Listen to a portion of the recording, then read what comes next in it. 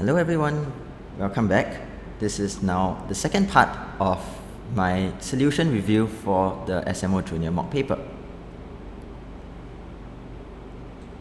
In the previous video, we covered a quick overview of the SMO Junior format and cutoffs, and we also looked at the first 7 questions. So if you have not seen that yet, please do take a look at the previous video, and if you have not tried the paper at all, feel free to pause this, try the questions first, submit your answers, and then come back here a bit later. Now, as I mentioned in the previous section, I don't have a specific number of questions that I'm intending to cover as I am recording this right now. The plan is just to make these 20 to 25 minutes or so, which is probably a good block of time where you would like to concentrate your focus during an SMO, and then after that feel free to reward yourself with a few minutes of daydreaming or just a relative mental break. Alright, let's carry on with the problems. We are on question 8. Now, for question 8, this is asking you for a sum of angles mostly. It's mostly a sum of angles because you have BAC, ABC, EFG, FGH, GHE, but you are subtracting CDE. This is, however, not very difficult to do if we deal with the thing that does not look like the others, which is the minus CDE. Now, generally speaking, a lot of things for Olympiads are symmetric, and the asymmetric points are also hints. So suddenly there is a subtraction that is a bit of a hint. Now what I can do is to shift CDE to the other two.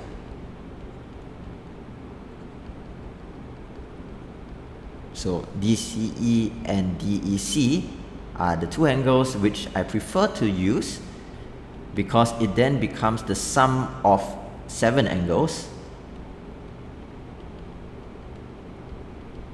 So the 5, a DCE, a DEC, minus 180 degrees. Now, those are the same as these, and these are just part of a triangle and a quadrilateral. So at this point, it's just a 180 plus 360 minus 180 again, which leaves you back with 360 degrees.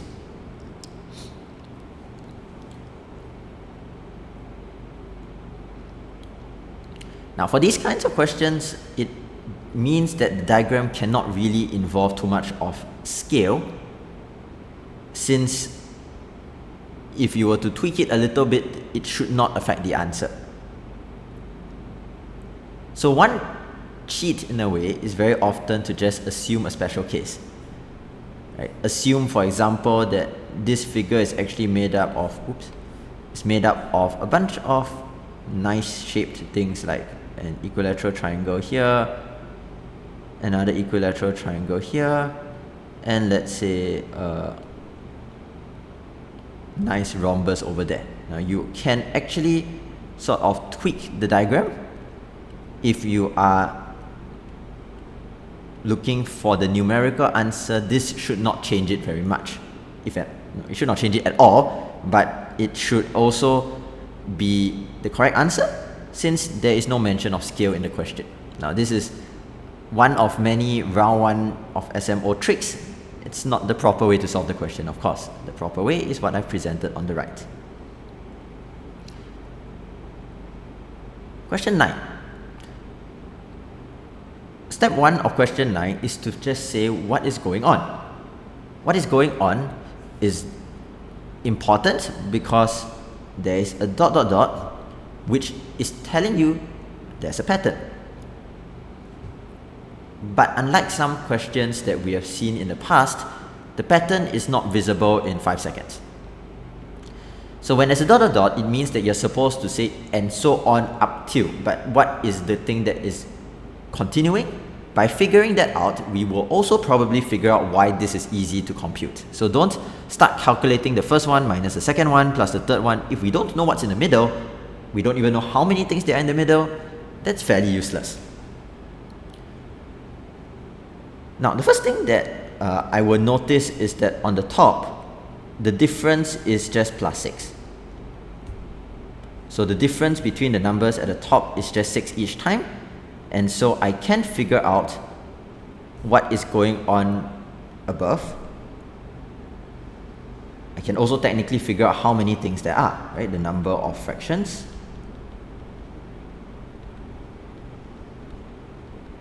It would be 33 of them.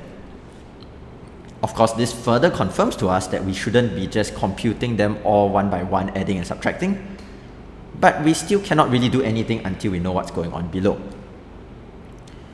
Now, when I'm looking at the bottom, I see that the differences are increasing by a lot. And it does actually have this feature where the difference of differences is 18. Now that does describe the pattern, but it doesn't describe the pattern. Because if that were the pattern, why is it going to ever simplify? So it helps to have a little bit of Olympiad experience and know that these kinds of things are usually by partial fractions. And partial fractions are usually that you have got something times something at the bottom. Now with that in mind, we can have a fairly good chance of realizing that the pattern is as follows when you try to think of a few viable factorizations. Eventually, you should arrive at this, and you should also then quickly arrive at the fact that, oh, the top is actually in this form.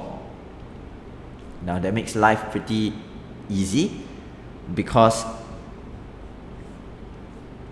each of these fractions is in the form a plus b over a times b, which if you break it open, a over a times b is 1 over b, while b over a times b is 1 over a. That means that all of our fractions in this thing, all the way up to the final one, are going to look like this. 1 over 1 plus 1 over 4, 1 over 4 plus 1 over 7, 1 over 7 plus 1 over 10, and take note that the alternating plus or minus is a good thing, as long as you know what happens at the end. This is one of the common things that will mess up if you are doing such a computation. Make sure that you know that the cancellation leaves the correct sign at the end, which here is plus. So you just end up with the answer 1, 0, 1, 0.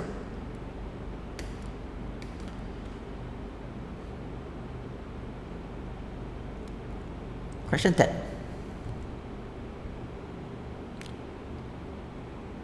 A bit of trivia about question 10. This is actually a thing. If you were to look at your calculator, you should see a degree, radian, and this GRA or GRAD or just G. The GRAD is actually the gradient, not the gradient, which is something for straight line graphs. The gradient, or just in short, a grad. Now this is a fairly useless unit of measurement, but it is an official unit of measurement nonetheless.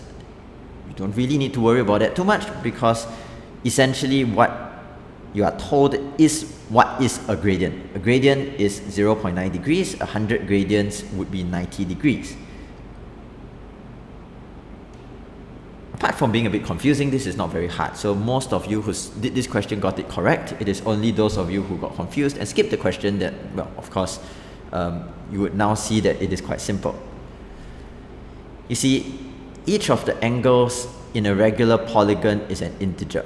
Now, we know that for a regular polygon, n sides means that you have got n minus 2 over n times 180 degrees angle sum over n, which is the number of angles. Why did I bracket that? So angle sum is the n minus 2 times 180 degrees. N is the number of angles. So this is the thing that you can convert to gradients. Now a right angle will be 100 gradients, so 180 degrees is 200 gradients, which I shall just use GRAD to stand for gradient.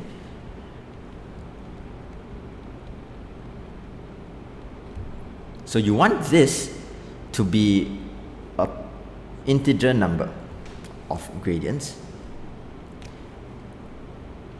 Easiest way to do it is just to write it in this way. Oops. You have 200 minus 400 over n, and so simply put, integer number means this is an integer, and the maximum n is just 400.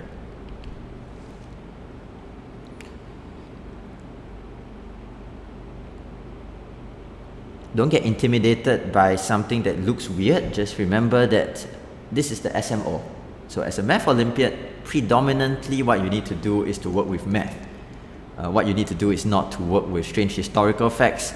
You also don't really need to have too much random general knowledge. It's a self-contained problem, and the answer is not too hard to get. Question 11. A rhombus has area 2024.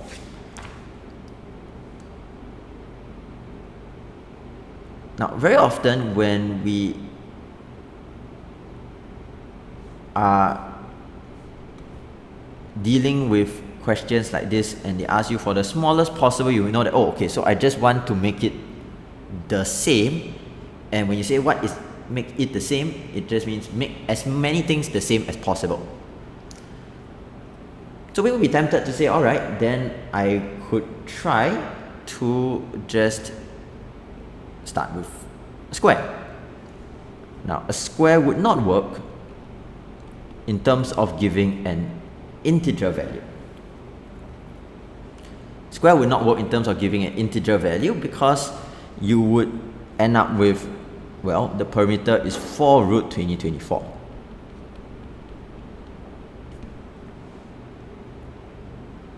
However, at this point, you would be able to actually guess. So another thing that many of you who may be newer to Olympiads might not realize is how much guessing the top students do.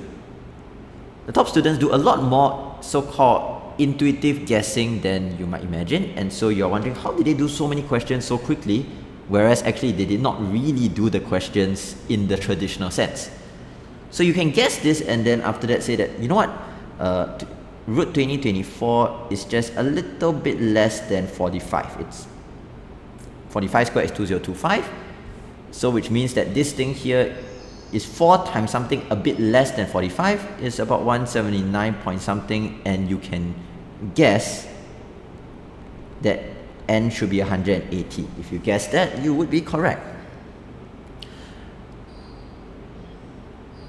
Don't worry, I'm going to continue speaking, but I just want to make it clear that Olympiads are not the same as your school exam.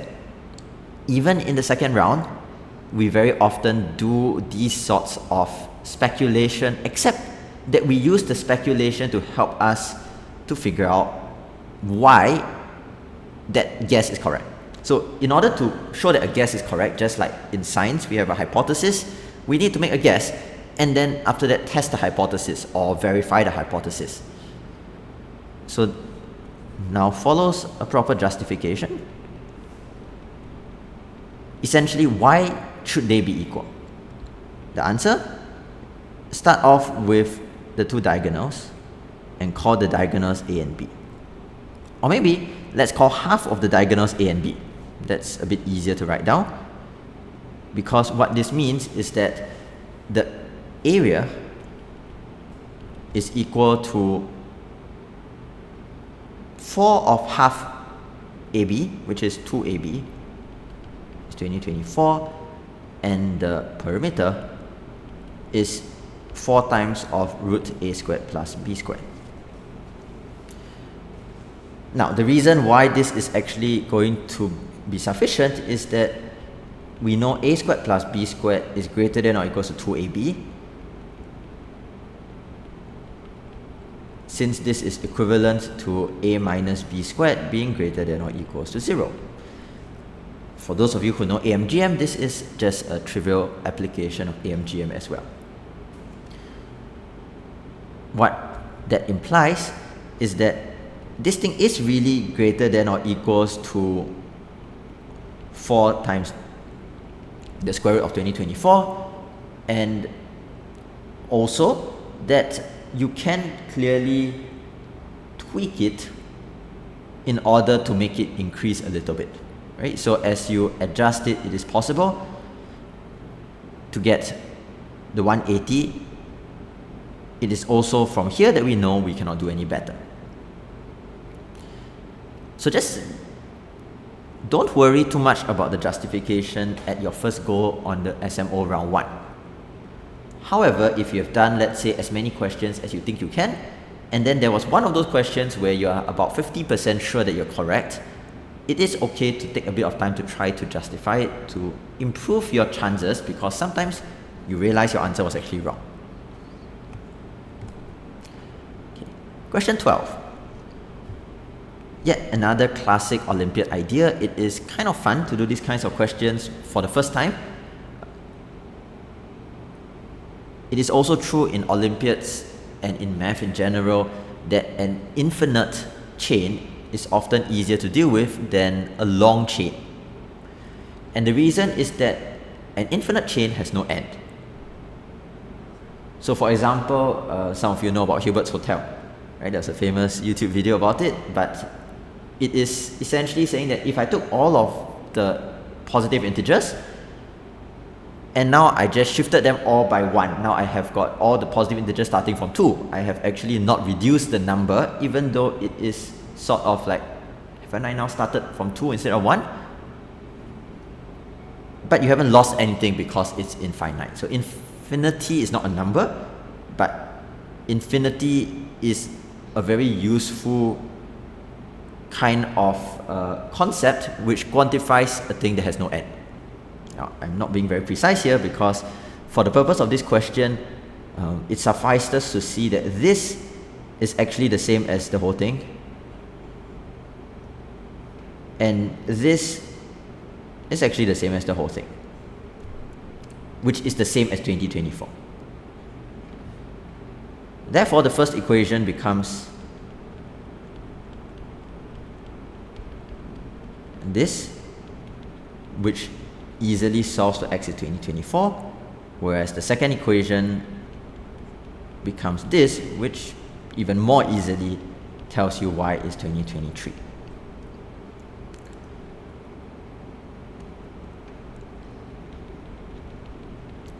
In a sense, I put 2 parts here because I wanted to use it as more of a pair of examples. But in practice, if you are doing something in the SMO, of course, you can be relatively assured that if they were to give you a pair of things, it is quite likely that they are related in some form as well. Otherwise, they would just have asked a single question, right? These two are both asked because they kind of are testing the same thing twice, but reducing the likelihood that you can guess the answer completely at random.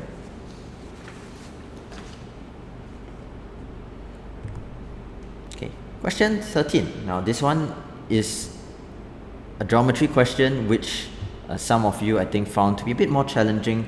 It is, however, just reliant on one key observation, and the one key observation is basically similar triangle pattern number 3. If you recall from the first part of this mock paper review in the multiple choice section, we had the question on similar triangles where I highlighted the pyramid pattern as well as the hourglass pattern. Now the third pattern is essentially less catchy, but it's just right angle on a straight line. Not very catchy, but right angle on a straight line will tell you that these are complementary angles. They add up to 90 degrees, but so are these, and so therefore you actually get the same two angles moving around, and therefore you get two pairs of opposite triangles which are the same, but also that the adjacent triangles are similar. Now this is great because we can then use the one piece of information to get pretty much everything. 2CG is 3AH, means that I can call this 3x and 2x, but this would also be 2x and 3x. It also means by similar triangles that I could call this 2y and 3y as well. And then I can solve for the value of x and y as a pair of simultaneous equations.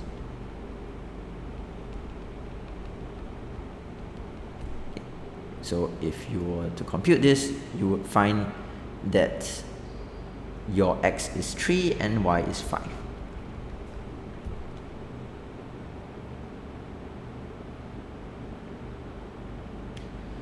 There are a couple of ways at this point to get the value of EG squared. The most direct would be that if now I say that 3x is 9 and 2y is 10, that actually kind of looks wrong, right? So the most direct would have been to technically draw something like this, but that doesn't look correct. So since the diagram is not to scale and we don't want to draw another one, we can just play safe, and play safe by using Pythagoras. 2 and 3, 2 squared plus 3 squared is root 13. So this will be root 13x, this will be root 13y, and EG squared would be 13x squared plus y squared by Pythagoras again.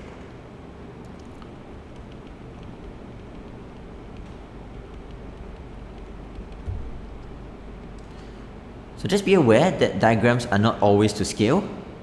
Even if they don't tell you that it's not to scale, it is probably not to scale. Now, I didn't intentionally make this not to scale at first, but of course after I did the diagram, now I can see it is not to scale. It does not make the question wrong, because all the information you need is in the question. So basically, don't get tricked or confused or unduly alarmed. Alright, let's do one more question before we end this video. Question 14, because this is kind of funny, but this is also kind of an example of how the SMO can be a little bit just weird. Now, for those of you who are watching this, but you haven't looked at the paper for 2023, please do. The SMO past papers are definitely going to be a good practice and a good indication, not just this mock paper. Those of you who took it last year have the memories of a question on logarithm showing up. Now that's, of course, the first time a question on logarithms has shown up in the SMO Junior, but it's not the first time a weird question has shown up.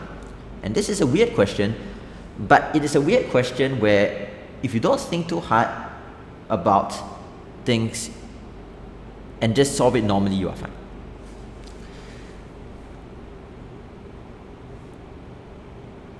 As you can see, these are not real roots because your discriminant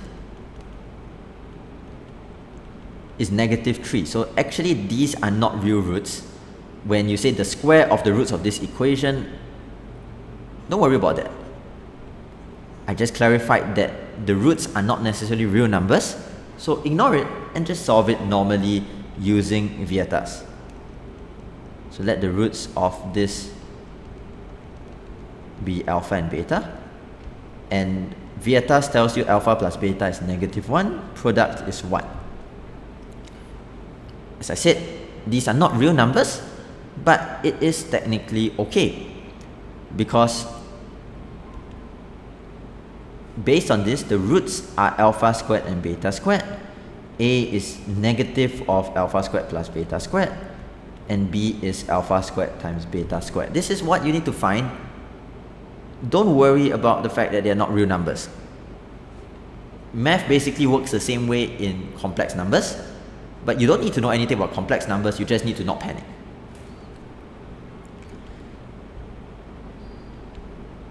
Alpha squared beta squared is 1, we can write that straight away. For alpha squared plus beta squared, you're going to see that it is 1 minus 2, but negate that, back to 1 again. So A is 1, B is 1, and the answer is 2. And if you put that down and moved on, you are fine. If you just used Vietas without thinking, you're better off here. What is weird is that, do you realize that this means that I'm saying this is the same equation? When A is 1, B is 1, this is the same equation again. Now what on earth is going on here? How come I get x squared plus x plus 1 is 0? Isn't that the same equation? Well, it turns out that in the world of complex numbers, weird things can happen, and actually alpha squared is beta and beta squared is equal to alpha. Now this is the thing that might weird you out a bit.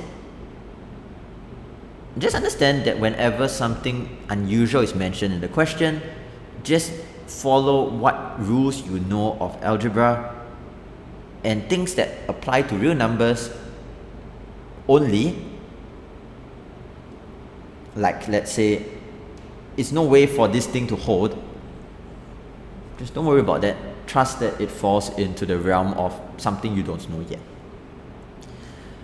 Okay, so this is where I'll conclude the second part of my review. I think we'll probably split the rest of this into 2 more parts, so see you back again in a day or 2.